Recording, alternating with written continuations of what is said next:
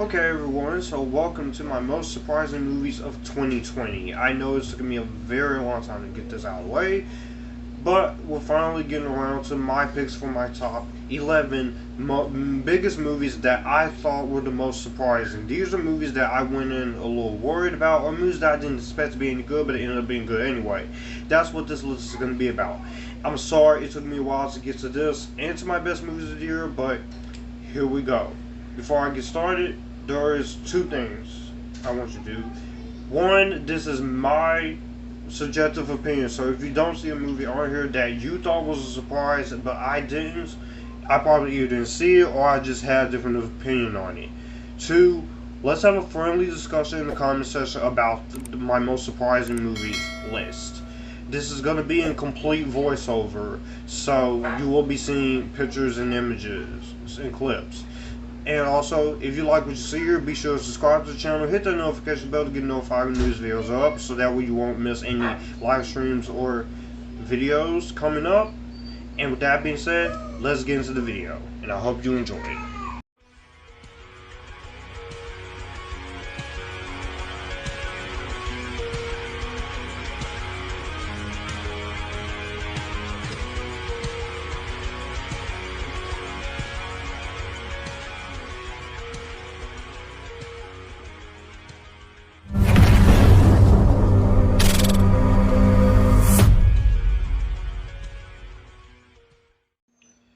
Before we get into the actual list of the movies that surprised me the most, here is a montage of my honorable mentions.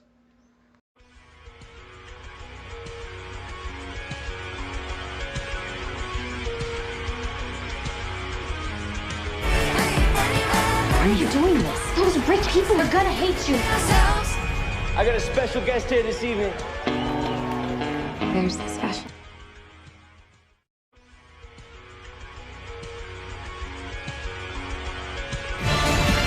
I know what's at stake, and I'm not afraid to die for it.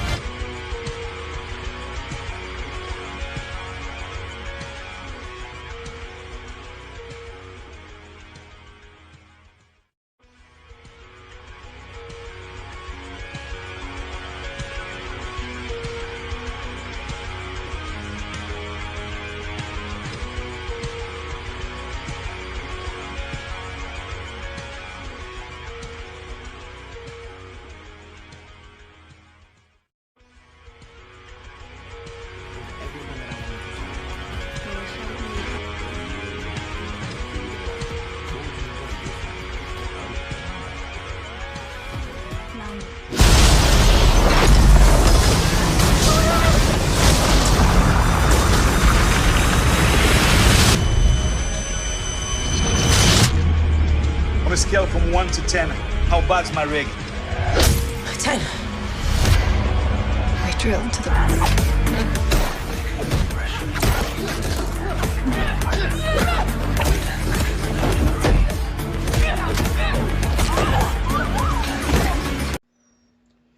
Now, with the honorable mention out of the way, let's switch over to the voiceover side of things, and let's get into the actual top 11 movies that surprised me.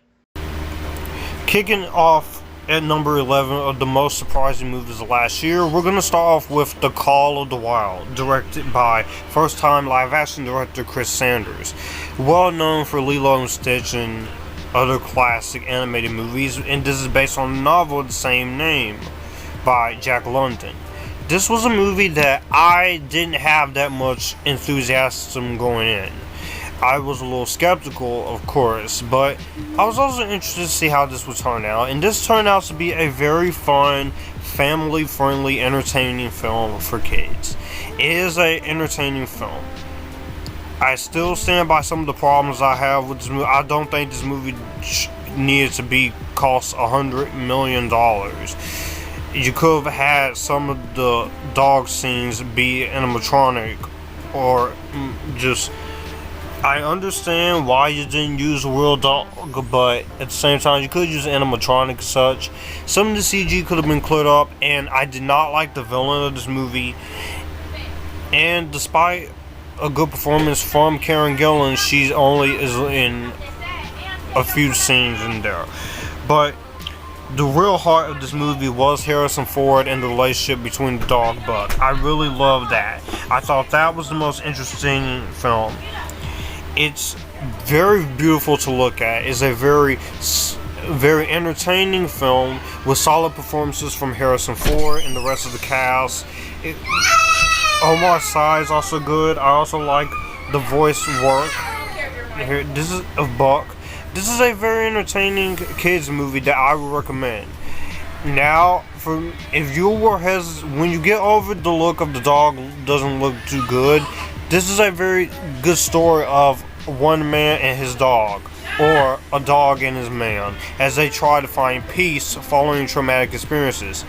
It can be a bit of a slow burner, but at an hour and 40 minutes, this is a very fun, entertaining adventure that I very much had a good time watching, and this was very much a movie that I very much enjoyed in this movie. And this is a awesome film that I feel like should have been seen by a lot more people, but I understand with the whole dog CGI problem. But if you are one of those people who has yet to see this movie, definitely give it a shot. I think it is a lot better than what people is given the credit for, and this was actually not too bad. Coming in 10th place, we have a little bit of video game movie here, and that is Sonic the Hedgehog.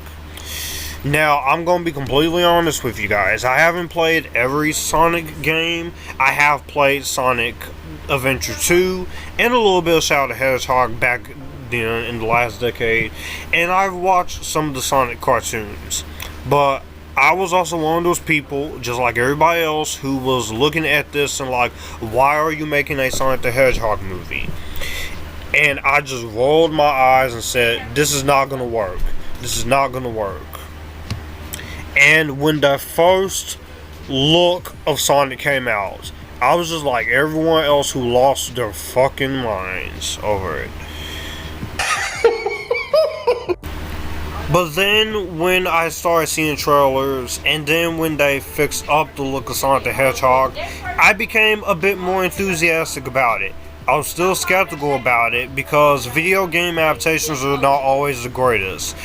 But with the success of this movie and Detective Pikachu, this was actually really good, and I loved it so much that I actually took part in a giveaway, and I actually won my own copy of this movie. This movie, it is a road trip movie. It's something we've seen before, but everything about this movie was good. I love the redesign of Sonic.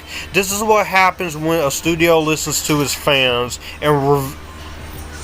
and you fix what's wrong. I thought Jim Carrey was a perfect choice for Dr. Robotnik. He is the scene stealer of the movie, but this movie would not be what it is without Ben Schwartz as Sonic. He is really great in the role. He's energetic, he's charming, he's very faithful to the games. A lot of people have an issue with his voice. I love the voice of Sonic the Hedgehog. James Marsden and Tika Sumpter was great. The special effects are very nice to look at.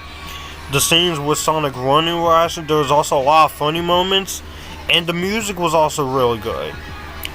There are quote negatives. There are some dumb jokes, and it is a little bit predictable at times, but this movie was one of the last movies during the pandemic before the pandemic to actually come out and make some money.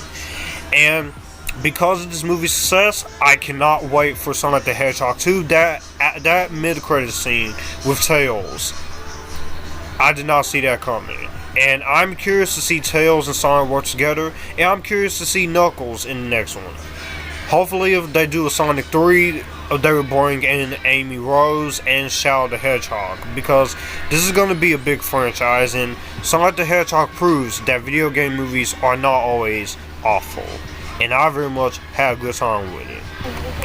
Coming in number 9 is one of 2 Netflix movies that I saw last year, and that is The Half of It, directed by Alice Wu, starring Leah Lewis, Alexis Lemire, Daniel Deemer. And in this movie, of course, I saw this movie. This was a movie that I didn't know anything about. And so one of my YouTube friends named Kenneth, aka from Kenneth's Movie Corner, showed me a trailer about this, and I said this looks interesting. Of course, Alice Wu, this is her second movie she has directed, right next to Saving Face, and this is a movie that I went into not knowing what to expect. I didn't even know what I expected. But going into this movie, I watched this movie and I very much enjoyed it. I think Alice Wu's writing is charming enough. The drama is very good.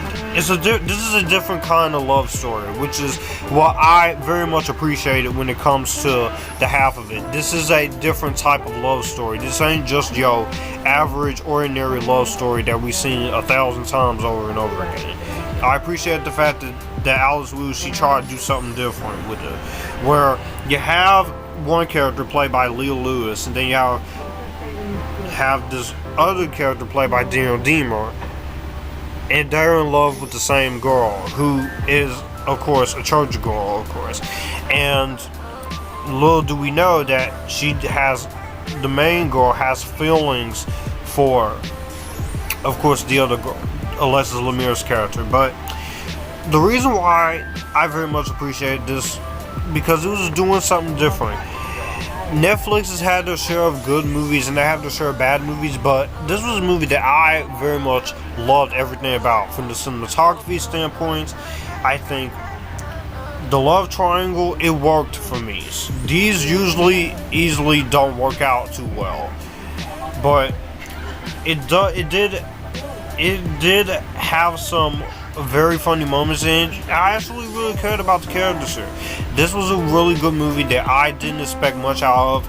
I would love to see more of Alexis Lemire in the film, more of Daniel Deemer, and more of Leah Lewis, but this is not going to be for everyone because this is part of LGBTQ, so know who you are going into this, but it's not overly forced. But I say give this movie a shot, even if you're pessimistic about it. Coming in the 8th place in terms of movies that surprised me is another Netflix movie, and that is I'm Thinking of Ending Things, directed by Charlie Kaufman. This is based on a novel, the same name, written by Ian Reed. And Charlie Kaufman is one of those directors that I've seen his directed films like Sin the Culture New York and Anomalisa, and movies that he's written. I think his writing is very good. Eternal Sunshine, The Spotless Mind, well, I don't think is one of the best movies of the 2000s. I will say it is a pretty good movie. It just loses itself towards the end of the film. But this was a movie that, for some reason, I was intrigued. I didn't know what to expect, so that was one of my favorite things watching this movie, was that I didn't know what I was getting myself into. So as I watched the movie, this movie was 2 hours and 15 minutes of brilliance. Now, of course, there are some people who do not like this movie. I can understand that. This is a tragic, bittersweet, somber journey into a very complicated relationship. This is a subject that is played very well in this movie. This is his most challenging and confusing film he's done, but I think Charlie Kaufman does a great job. We are puzzled. You're thinking about things as you go along. The screenplay is excellent. Cinematography is beautiful. The score is very haunting. The acting in this movie is strong as hell. The acting in this movie is strong. Jesse Buckley was great. Jesse Plemons, Toni Collette, David Thewlis. This is a very crazy movie that I very much enjoyed myself watching it. I thought that this was a very entertaining film, and the way that it asks a lot of questions here, I thought was fascinating. I did have a little bit of a nitpick where I said the movie went on for a little too long, and I still stand by that, but I found this to be a pretty decent, entertaining, amazing film from last year that I was very much impressed with, and I'm Thinking of Ending Things earns a spot as number 8 on my most surprising films of 2020. Coming in 7th place, on the most surprising list, we got a little sci-fi movie called Greenland, starring Gerard Butler, Marina Baccarin, gorgeous ass Marina Baccarin, and directed by Rick Roman Raw, the director of Angel Has Fallen, I think. No. Yeah, Angel Has Fallen. And directing the upcoming Night Has Fallen. This was a movie that I went into. I saw the trailer for this, and I was like, okay, this is something new, but not really for me. But disaster movies has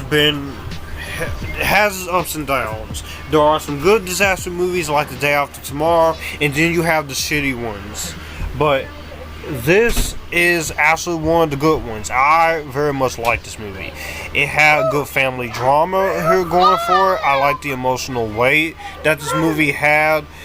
The end of the world premise is not anything new in the slightest, but this does a great job at playing it safe by delivering a really engaging disaster flick that cares more about its characters than the actual disaster itself. And the family, I thought, was very likable. There were a lot of suspenseful moments here and there, and I like how the filmmakers took this movie seriously without going overly exaggerated like other disaster movies we usually take. This is one of the better disaster movies to come out, despite its cliches. I thought the performances were great from Gerard Butler and Marina Baccarin, even from the young kid. And David Denman, I thought was good. Everyone in the cast did great. I thought the direction was good. The effects, of course, are not the best looking, but Greenland, this was a movie that I very much enjoyed. This was under even 2 hours. I think this is worth a shot if you haven't seen it. Of course, the ending of this movie did get to me, and emotionally, I'm like, wow, that is so fucking heartbreaking. But Greenland, this is not your typical Gerard Butler end of the world movie. This deals with the fault of humanity, the drama of it all, and this is a very entertaining movie that I very much enjoyed. It's got a few issues, but I thought Greenland was an actual really great film. Coming in number 6 place is a Hulu original movie that was supposed to go into theaters initially, and that is Run. Now, this was supposed to come out on Mother's Day weekend last year, but of course, due to the stupid pandemic thing, that didn't work out. But this was the second effort from Anisha Gantry, and holy shit, what a sophomore film. This movie is basically Misery in the act, but except this movie focuses on Sarah Paulson and the daughter character played by Kira Allen. And this is one of the most insane movies I've watched. This movie was real good. The tension was there. I thought the horror was there. I think Anisha Gantry's direction and writing was excellent. This was a very entertaining film. I very much loved the film. The score I thought was really great. This is a movie that it knew what it was. It wasn't trying to be anything more, anything less. This movie, it was just right. The pacing was really strong. I love the pacing of the movie. This is a very crazy ass movie for sure. And damn, this is less unpredictable than Searching, which is one of my issues with this movie. But I think the performances, the heart, the thrills, the directing, the writing, the tense moments, cinematography, and the editing in this movie makes this one of the biggest surprises of the year, and definitely one of my favorites of the year, if not my favorite film of last year. This movie is incredible. If you have Hulu, go watch this movie. I'm not playing. Watch this movie. This movie's awesome. Go watch it. Just go watch it. Getting into the top 5 biggest surprises of last year, and my number 5 is going to be Disney Plus's original movie, Stargirl. Now, Disney Plus has been hitting it out of the park with some good stuff. Yes, they've had shit movies like Artemis Fowl, which I thought was horrible, but all the other stuff, including the original movies, I think is great. I loved both two of their MCU TV shows, The Falcon and the Winter Soldier and WandaVision, and The Mandalorian was excellent. But when it comes to Stargirl, I looked at this, I was like, what is this? But I went into this, like any movie, optimistic. And this was actually a really good movie.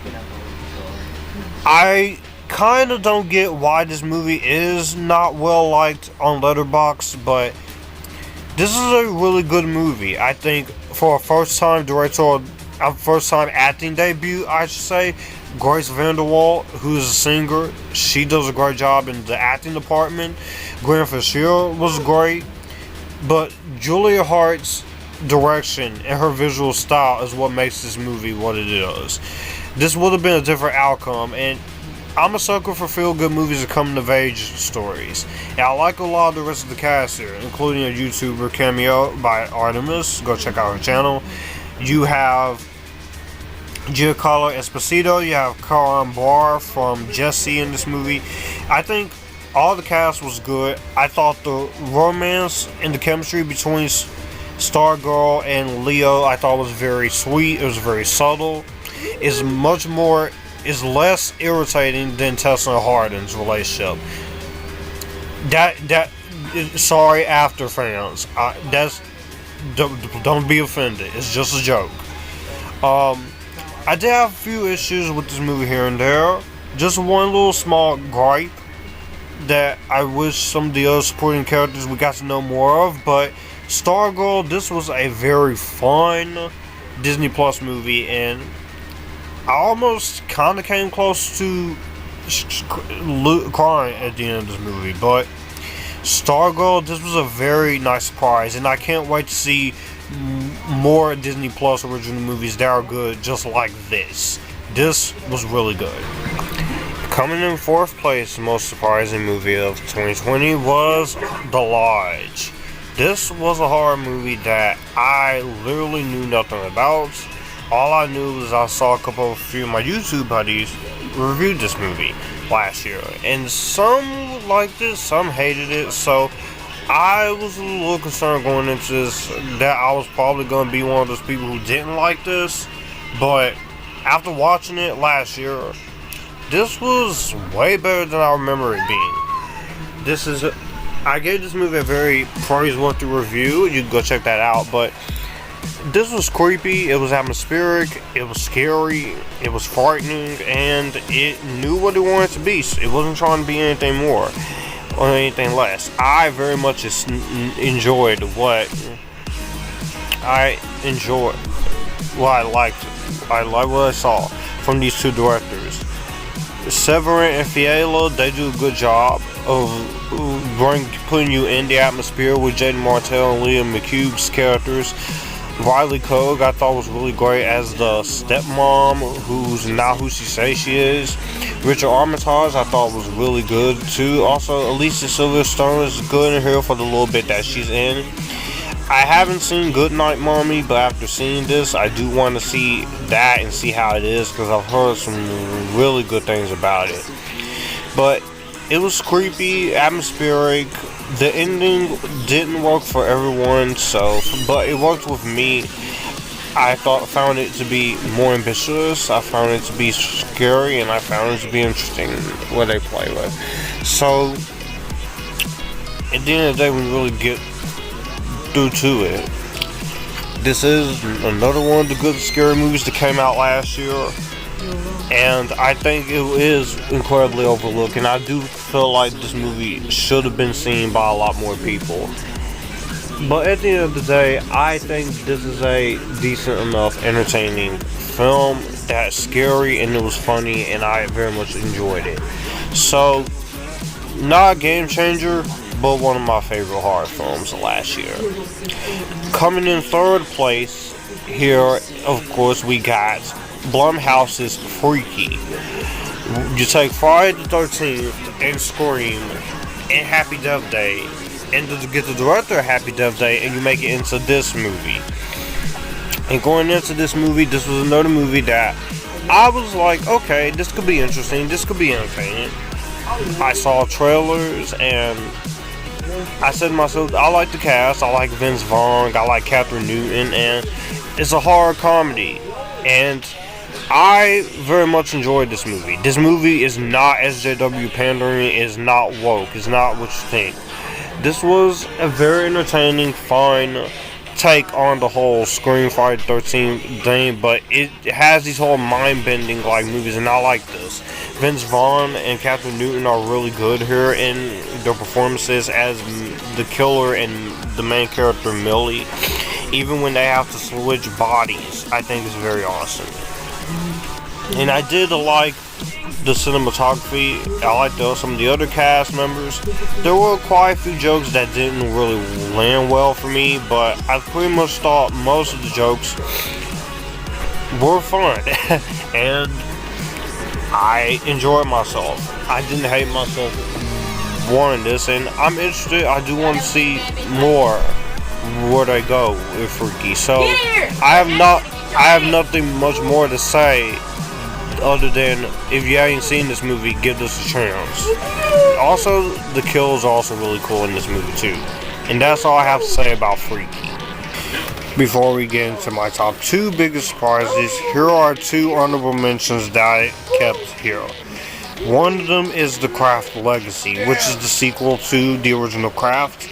And as a fan of the original Craft, I thought this was a decent sequel. It wasn't the worst thing ever, but it was not as good as the first one. I enjoyed the performances. I did like the ideas that they brought here. I did like that it was trying to be something entertaining, but the villain of this movie and his motivation really does kill this movie for me. And that whole third act easily could have been done a lot better. But this is not a terrible movie, and I don't think it's woke or SJW pandering. So, The Craft is one honorable mention. The other honorable mention was Blumhouse's The Hunt, which I guess nobody really cared to go see or cared about due to the whole controversial thing of it being the most controversial movie and then it being delayed from September of last year all the way till this year. I thought it was very entertaining. I liked the direction. I liked the fact that it talks about not one side of the political party, but both sides of the political party. It's brutal. It's R-rated. I liked the performances. Betty Gilpin was badass. Hilary Swank was pretty good. I do wish that some of the other characters had a little more to do, but at the end of the day, I still very much liked the movie a lot. And I think if you haven't seen it, give it a try. It's not bad. It's not a bad movie. By any means the imagination. I think it's a very good movie.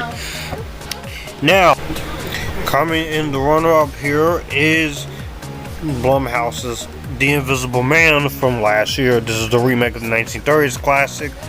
And after this critical financial failure that was The Mummy, Universal thought it was best to go back to what they know and try for a third time with the Dark Universe.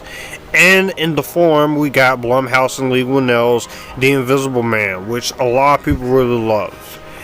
And even though I'm one of those people who still like and I didn't hate Tom Cruise's 2017 Mummy movie, I can honestly say with confidence, this is how the Dark Universe should have started. You start with something scary and then work your way up to the Mummy.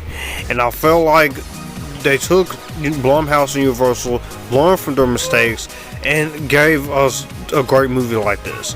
But the reason why The Invisible Man ends up here at number 2 as the biggest surprise is because when I saw the trailer for this and when I heard the name alone, The Invisible Man, I just laughed and rolled my eyes like, really? The Invisible Man? Are you kidding me? This will never work.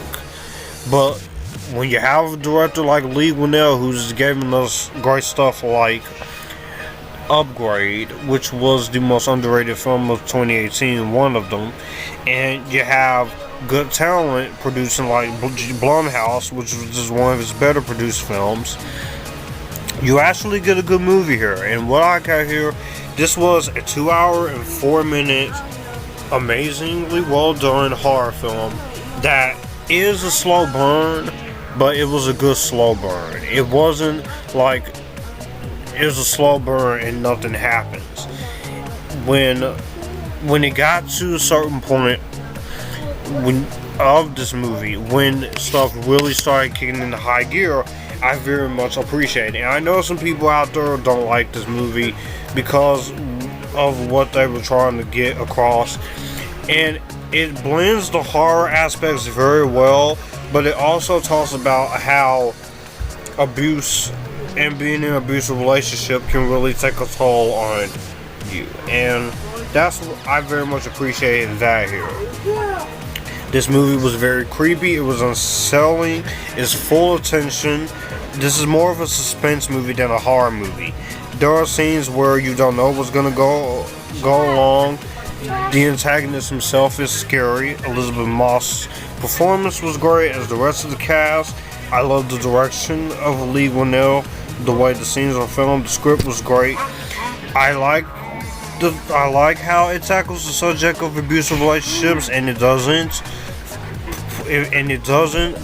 force an agenda. The supporting cast was great. The score is really haunting, and this has two of my favorite moments in the movie. So, the Invisible Man, you earn your place here, and if you guys ain't watched this, go watch it. This is great.